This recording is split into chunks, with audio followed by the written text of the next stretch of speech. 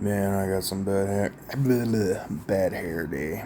Alright, so Genesis 3. We were we finished the Garden of Eden, so we're on the making of woman and the institution of marriage. Alright. And the Lord said, it is not good that the man should be alone. I will make him and help meet for him. And out of the ground the Lord formed every beast of the.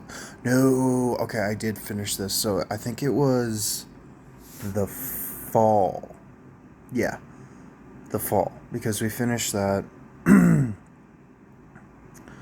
when the woman saw the tree was good and for food, and it was pleasant to the eyes, and to the tree to be desired to make one wish, she took of the fruit thereof, and did eat, and gave also unto her husband with her, and he did eat.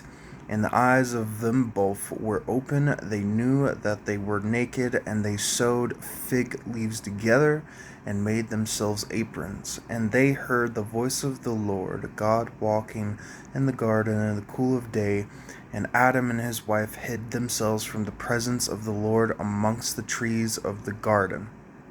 And the Lord God called unto Adam, and said unto him, Where art thou?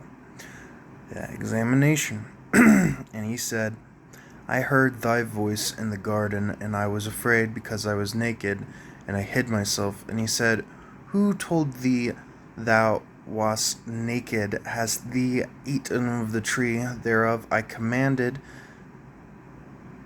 thee that thou shouldest not eat? And man said, The woman whom thou gavest to be with me, she gave me of the tree, and I did eat. And the Lord God said unto the woman, What is this that thou hast done? And the woman said, The serpent beguiled me, and I did eat.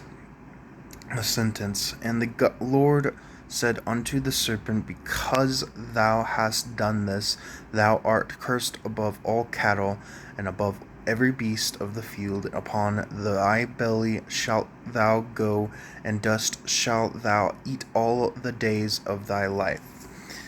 And I will put enmity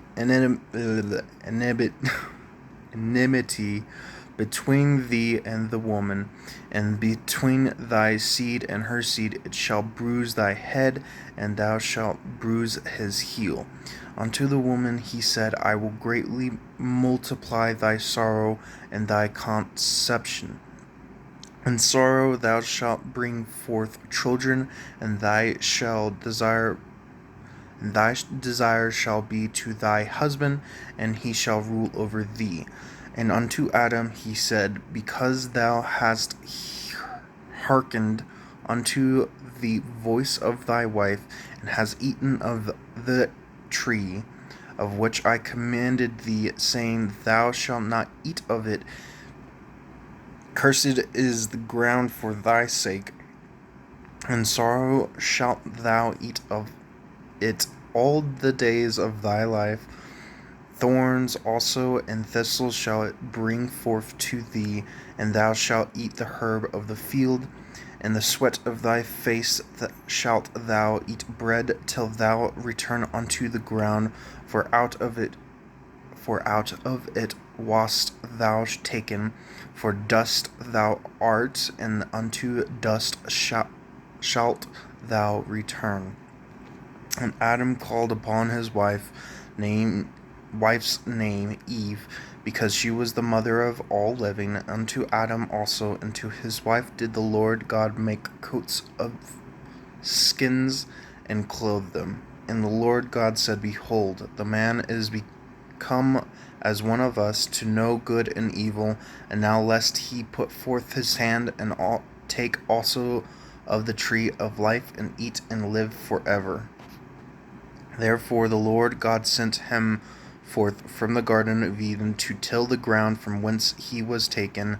So he drove out the man, and he placed at the east of the Garden of Eden cherubims, and a flaming sword which turned every way to keep the way of the tree of life. Alright, Genesis 3.